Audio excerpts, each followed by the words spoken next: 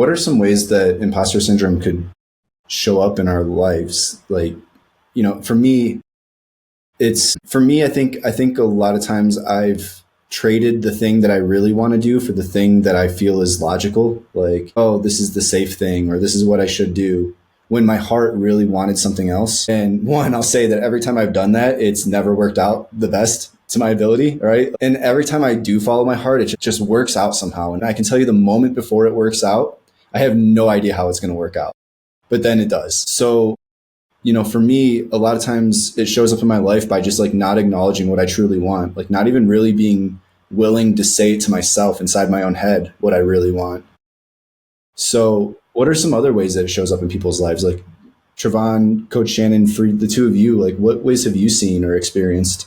Very similar. Go ahead. Trevonne. Yeah, we go. Okay. Yeah, for me, I find it typically comes up in when you're trying to do something new. So whether that's you're doing like a career change, or you have this idea that you want to do something comes to your heart that you want to do. And like you said, you're not sure how it's going to work out. I find that it comes in those situations, but specifically for me, like when I switched my career to be a health coach, it showed up in ways like I feel like I'm not experienced enough, or there are people who know more than me. Can I even say that I'm a health coach when I literally just went through this training and haven't had any official clients as yet? So like that's what it has looked like for me most recently. Yeah, I've had that same, like those similar thoughts go through my head, especially like specifically with being a health coach.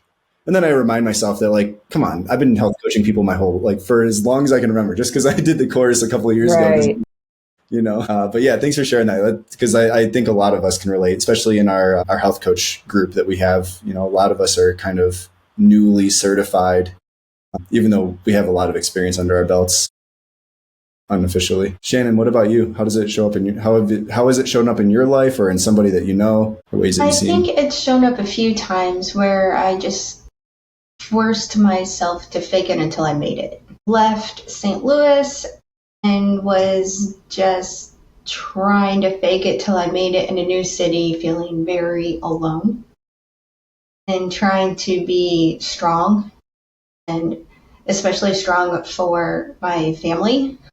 They wouldn't freak out. So I definitely felt like an imposter when inside I was just like, what did I do? That one was hard, and now I got the hang of it. Starting a business.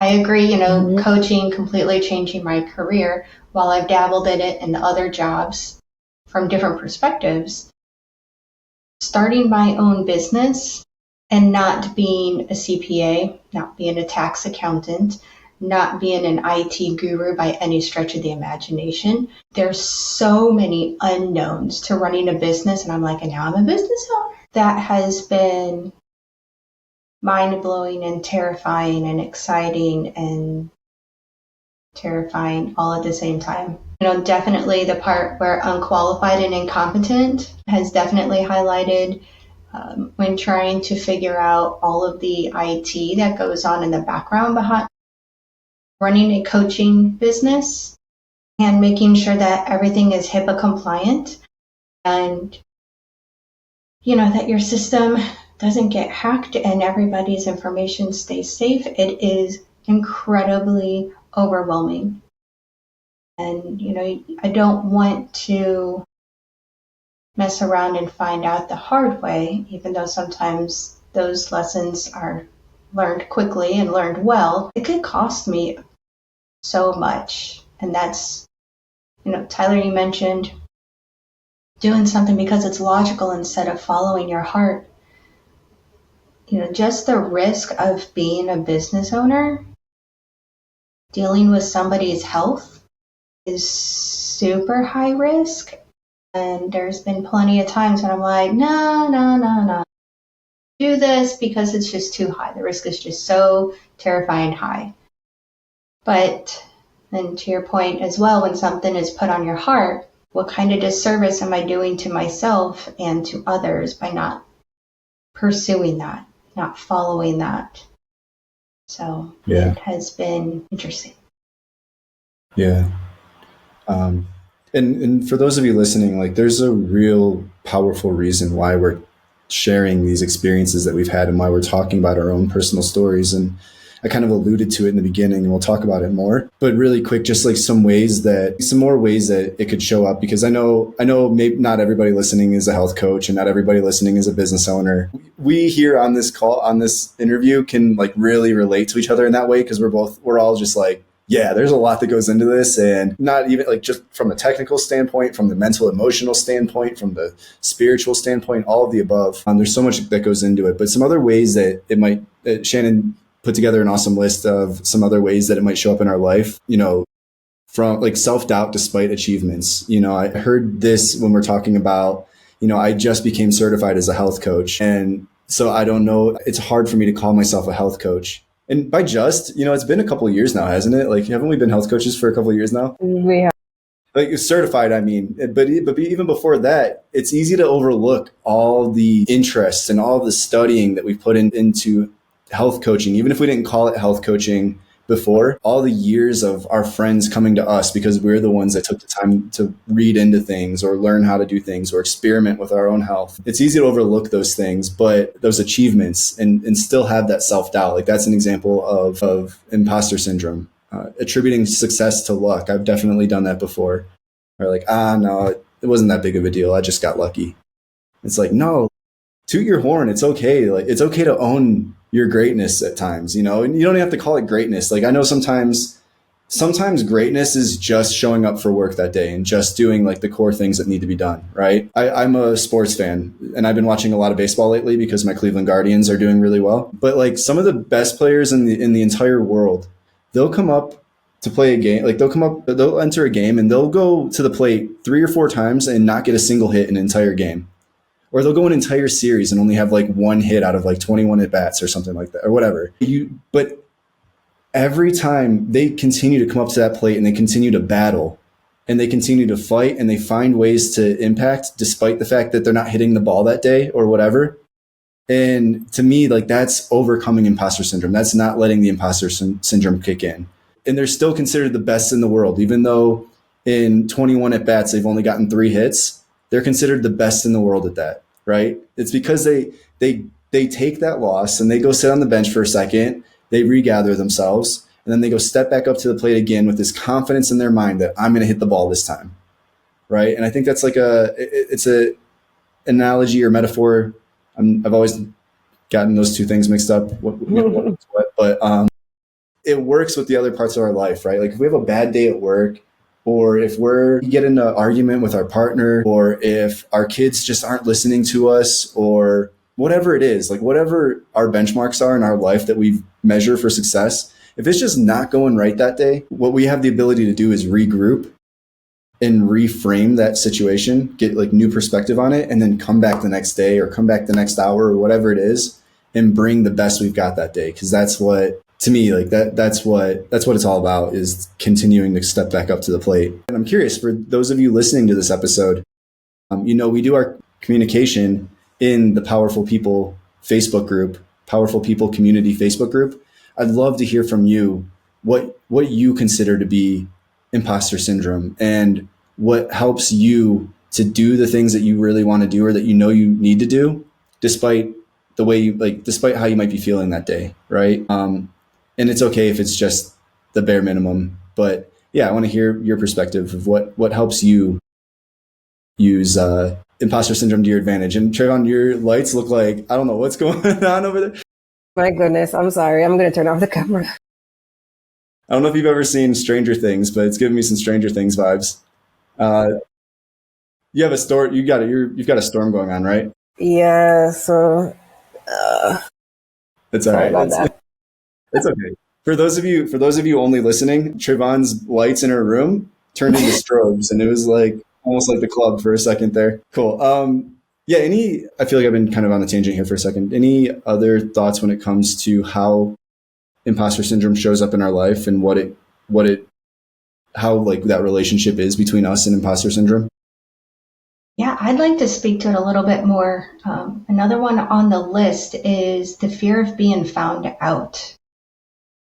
I had this happen so much in a previous position. I had to talk to doctors regularly, and not as much as the sales people, but enough that I was a nervous wreck to reach out to any of the doctors and talk about the products, talk about the supplements, because I have a business degree in international business, not in supplements, not chemistry, biology, not health related at all. So everything I learned was from that company on the fly and on my own. And to go up and have a intelligent conversation with these folks in a field that they'd been working in their whole life and went to school for was just incredibly intimidating. And I did not talk about my background because I didn't want to be found out, right? I just more or less stuck to the script and did what I could to, hold on and answer their questions. And I worked with a really good group of people who were able to support. So if I did have questions, I could either transfer the call or shoot them a quick email or message on Teams or something to get some help. But nonetheless, fear of being found out was very prevalent. I'm Yeah. understanding of that. The next one on the list I can completely relate to: overworking to compensate. Just this is something that I'm really trying to understand myself better, but like it's this feeling of if I'm not like, for example, and overworking can mean like a lot of different things, right? There's working a lot in our jobs, being kind of a workaholic, which I have a lot of that too. I work from home, so my computer is always here, and I've got a lot of big projects and a lot of big goals. So there's just an endless list of things that could be done. I could work around the clock every day if I like. A lot of times I do want to, but I have to put some boundaries on it.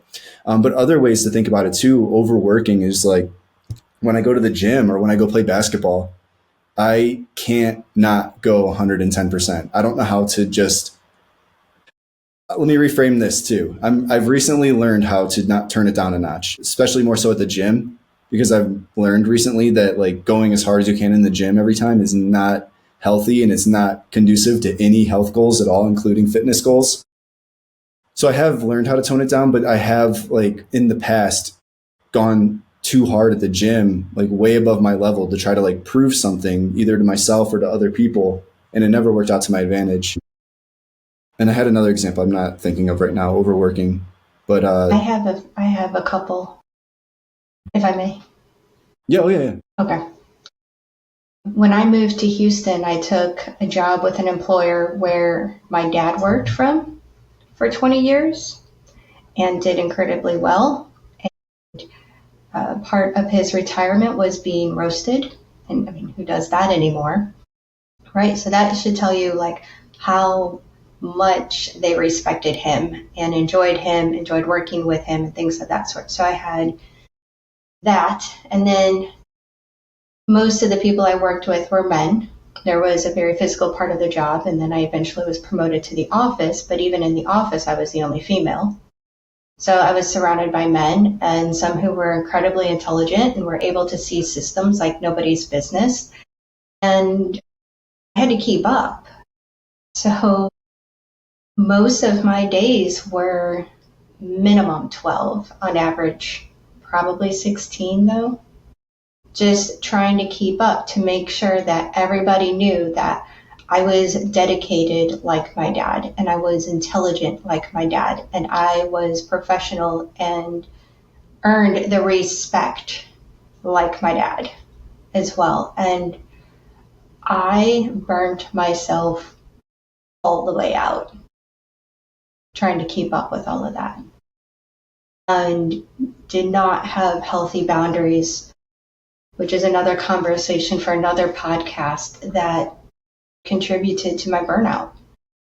So I know that overworking to compensate, especially from a female's perspective, is pretty common for us. I see. Again, there's a very important reason why we're talking through these like this and kind of sharing our own experiences, and we're going to get to that. Just want to create an open loop so you keep listening longer. and get through the list, talk through these things. So, Trevonne, I just want to make sure, can you still hear us? Yes, I can. My electricity definitely did go. But we have solar and it can only take so much. So that's why the lights do that. So it definitely, what y'all are talking about resonates with me, the overworking yourself to overcompensate.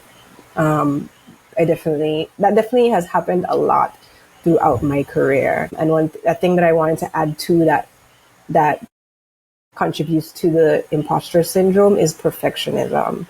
And I know a lot of people have that same, I guess, self-limitation with wanting to be perfect, right? And I think that contributes a lot to feelings of imposter syndrome as well. Another thing too is comparing yourself to others, right? Because if you weren't comparing yourself to others, then you wouldn't really have to feel like you're an imposter. Yeah, right? Like, what are you an imposter compared to, right? And what are the standards that you're holding yourself to? And are those realistic standards in reality?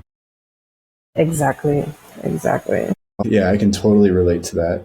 I mean, growing up playing baseball, like I would put so much pressure on myself. I would literally compare myself to professional baseball players and expect that of myself. And when I didn't do it, like I would get really down on myself.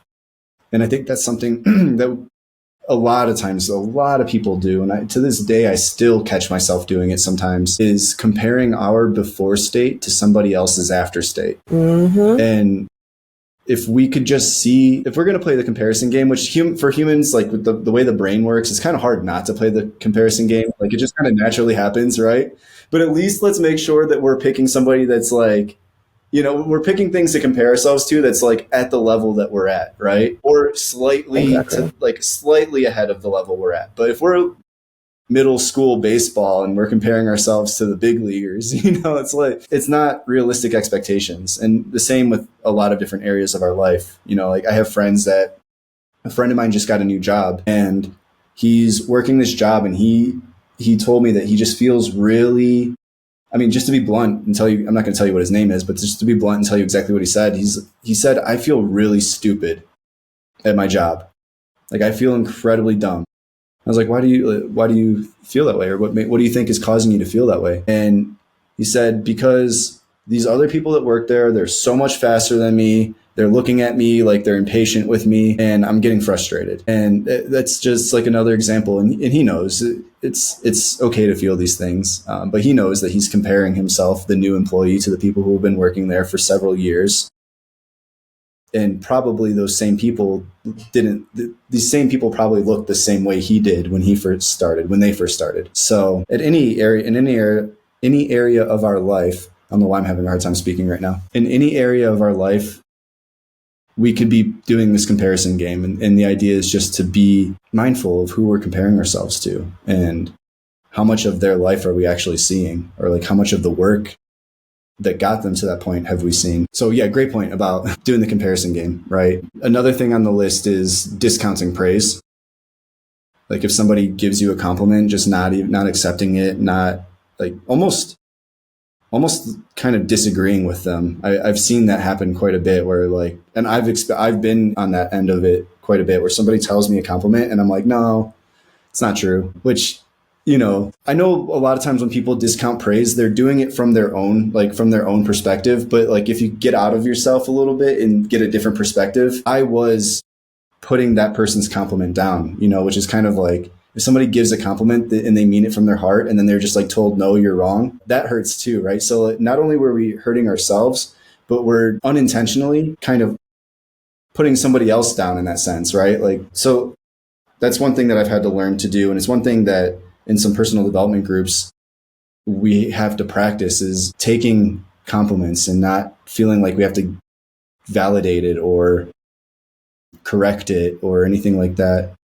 And it's a really good practice too. So that's something we can start doing in our day-to-day lives, is just, if we hear a compliment and our first instinct, just become aware of what our first instinct is when we hear that compliment, and try to just put a little bit of wedge of time between when the compliment is received and how we respond to it. And a lot of times the best way to respond to it is just put your hands on your heart and say, thank you so much. Shannon, were you going to say something? Yes. I kind of wish that for Courtney were here to add to this piece right here. But I just wanted to speak a little bit to the energy of this that you were alluding to. When we give praise, when we give a compliment, we are sharing our light, we're sharing our love, we're sharing our positivity, and with the hope and the expectation that the person is going to receive it. And if you discount it, like Tyler was saying, you're chopping it off. You're stopping that flow. And of course, the person giving it, it's up to them on how they react, right? Their reaction is not under your control. But why would you want to stop a good flow? So, like Tyler was saying, I love that, to give pause, give a breath, take a breath, even breathe in to receive. Hand on your heart, if possible, if applicable, and give the good light back, give the good energy back with a thank you. So I just wanted to give voice to that exchange of positivity, exchange of good mojo, happy For vibes, sure. all the good Yeah. things. And if we cut down somebody's compliment, then they might be less likely to give a compliment again in the future. And, I don't know if anybody's ever seen those studies with plants where like they put two of the same plants in different rooms, and one plant they always just give compliments to and say, they love you, I love you, I love you, you're amazing. And then another plant, they always say, I hate you, I hate you, I hate you, you suck. And the plants like have drastically different life, like vibrancy in their life. So, even if you don't believe the compliment that's given to you, the more you receive it and the more you hear it, the more your subconscious starts to accept it and you start to kind of embody that. So like, even if you don't feel it, this is kind of like the way that I think of using imposter syndrome to our advantage as like I guess a tool you could say is imposter syndrome can work the other way too, where we just kind of keep repeating something to ourselves or keep like holding a belief, even if we believe it's not true. But the more we can kind of keep holding on to that, the more that our subconscious can kind of assimilate to that thought and kind of just become that, right? So almost like fake it until you make it, kind of, except fake it and then work really, really, really hard consistently over and over again until you make it.